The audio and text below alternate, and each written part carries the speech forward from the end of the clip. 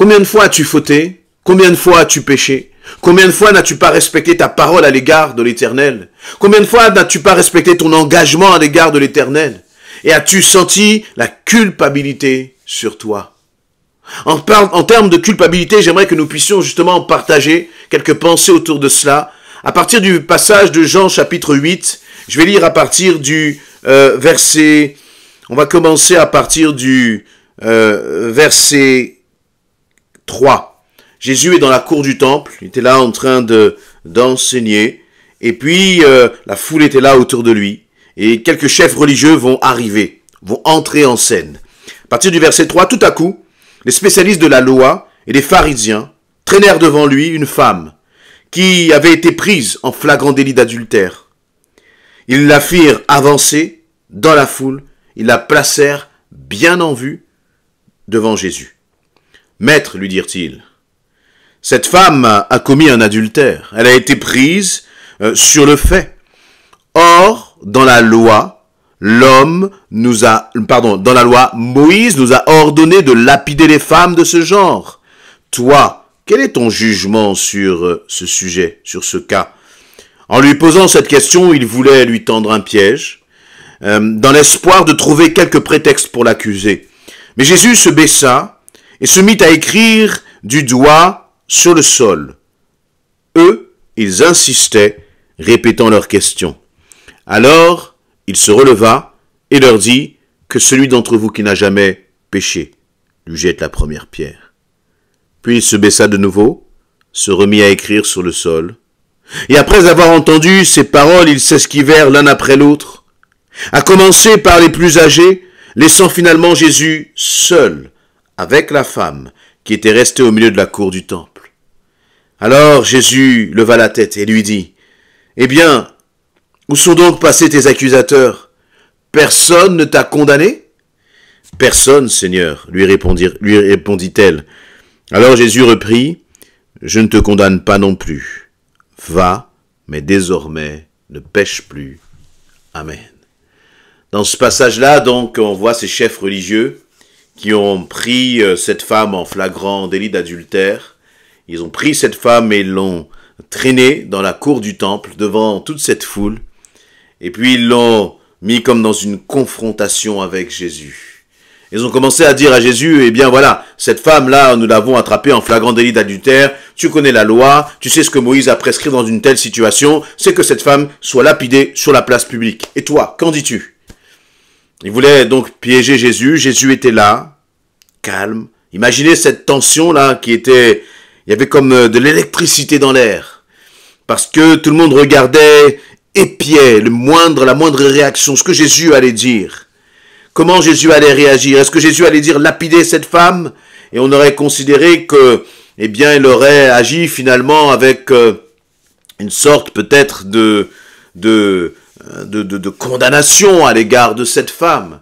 Ou peut-être que se disait-il, si Jésus disait à cette femme, si Jésus disait à la foule, ne lapidez pas cette femme, eh bien, on l'aurait accusé de contredire la loi donnée par Moïse, donnée par Dieu lui-même. Et donc, ils ont attendu, et puis Jésus ne répondant pas, il était assis là, assis, accroupi, peut-être écrivant sur le sol, ils ont insisté, et Jésus s'est levé, et leur a dit ceci, que celui qui n'a jamais péché lui jette la première pierre, en s'adressant à toute cette foule. Imaginez ces hommes qui avaient des pierres déjà dans leurs mains, prêts à déchaîner, j'allais dire, leur haine sur cette femme. Et finalement, en entendant cette parole de Jésus, qui a résonné dans leur cœur, ils ont réalisé leur propre péché.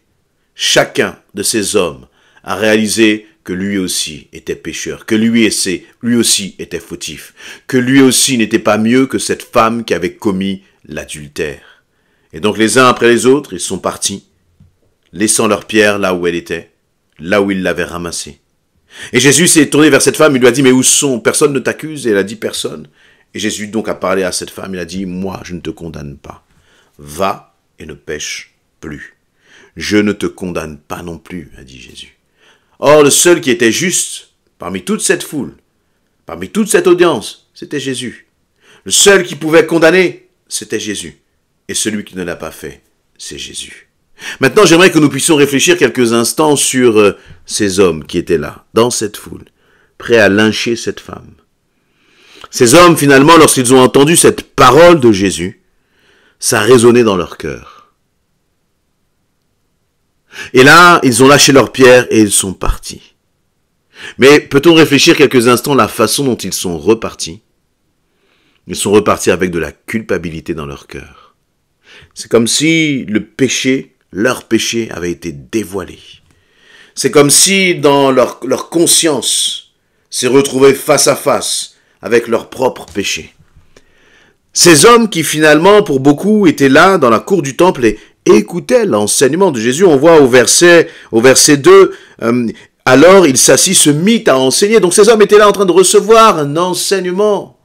Et ça leur faisait peut-être du bien, ils étaient émerveillés par les paroles de Jésus. Comme parfois toi-même tu peux être émerveillé par ce que tu entends, tu peux être émerveillé par une prédication, par un message, par un verset biblique, par une image, avec un verset qui va t'interpeller. Oui, c'est très bien. Mais est-ce que ça change quelque chose dans ta vie?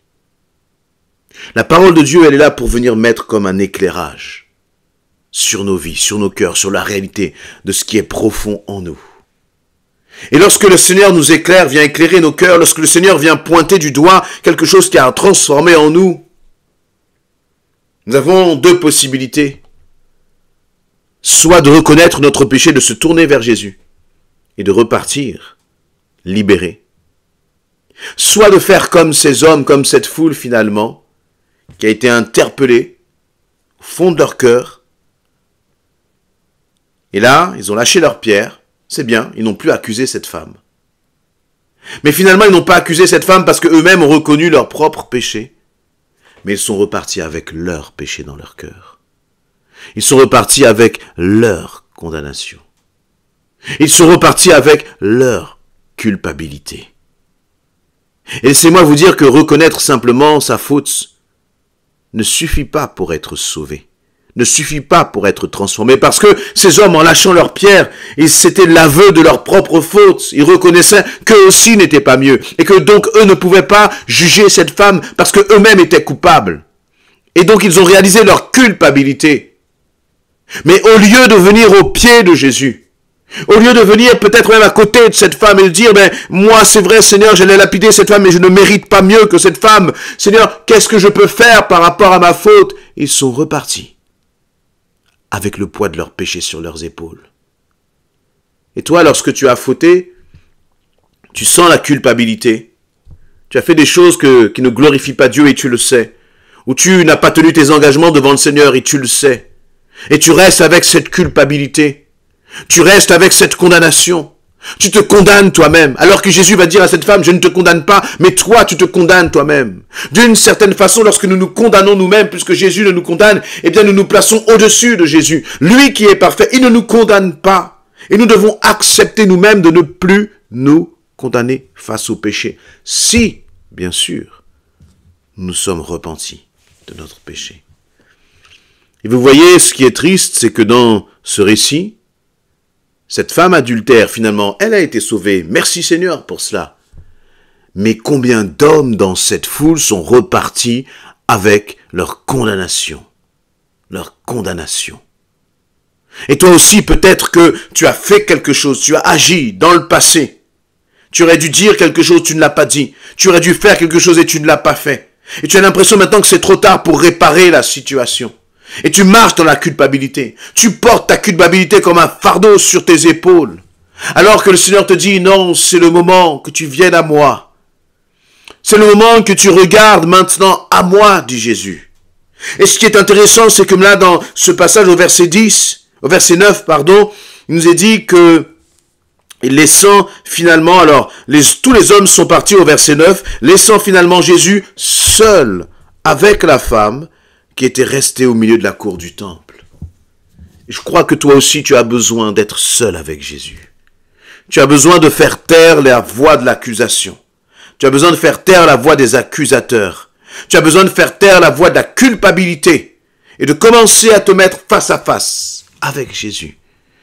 En reconnaissant devant Jésus ta culpabilité, mais en acceptant aussi qu'il est celui qui te pardonne, qu'il est celui qui efface ton péché, qui est celui aussi qui te dit « va et ne pêche plus ».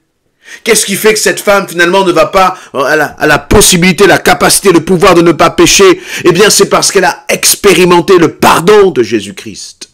Et que maintenant, parce qu'elle n'est plus sous la culpabilité, elle ne vit plus justement sous ce poids du péché. Mais elle est libérée. Et avec cette reconnaissance, elle va dans son cœur pour dire, j'ai rencontré celui qui m'a pardonné. Et comme j'ai rencontré celui qui m'a pardonné, eh bien ma culpabilité est effacée. Et je n'ai plus envie de pécher. Je ne veux plus retourner dans une vie de péché. Et vous savez même ce qui va se passer, c'est que cette femme, lorsqu'elle va retourner dans cette ville, eh bien elle va croiser ces mêmes hommes. Elle va croiser ces accusateurs. Elle va croiser ces hommes qui voulaient la lapider. Et ces hommes, finalement, n'auront plus envie de la lapider parce qu'à chaque fois qu'ils vont voir cette femme, ils vont voir aussi leur propre péché. Sauf que cette femme, elle était pardonnée. Et que eux sont restés encore dans la culpabilité. Bien-aimé, le monde peut nous accuser. Ta famille peut t'accuser. Ceux qui te connaissent peuvent t'accuser. Et parfois même, lorsqu'on a avancé avec le Seigneur, les autres ne reconnaissent pas que nous avons été changés. Que le Seigneur nous a pardonné, que nous voulons avancer. Et les autres sont souvent là parfois pour vous tirer encore vers le bas, pour ramener encore dans la boue du péché. Mais je crois que la parole finalement que va retenir cette femme, c'est cette parole de Jésus qui va lui dire, je ne te condamne pas non plus, va, mais désormais ne pêche pas. Il y a donc tout un programme pour elle qui va commencer. Un programme d'une vie nouvelle qui va commencer à partir du pardon de Jésus-Christ. Et là aussi, je crois que le Seigneur veut que tu commences, toi aussi, un nouveau départ avec lui, dans lequel il te dit, je ne te condamne pas, mais ne pêche plus. Relève-toi maintenant, avance. Range même les propres pierres que tu veux te jeter, que tu veux jeter contre toi à cause de ton péché. Range cela. Parce que moi, je ne te condamne pas, te dit Jésus. Quelle grâce! Et je crois qu'il faut, en tant qu'enfant de Dieu, sortir de la culpabilité, sortir de la condamnation, accepter le pardon de Jésus-Christ et rentrer dans le programme, justement, de sanctification auquel Jésus a appelé cette femme à marcher en lui disant « Va et ne pêche pas ».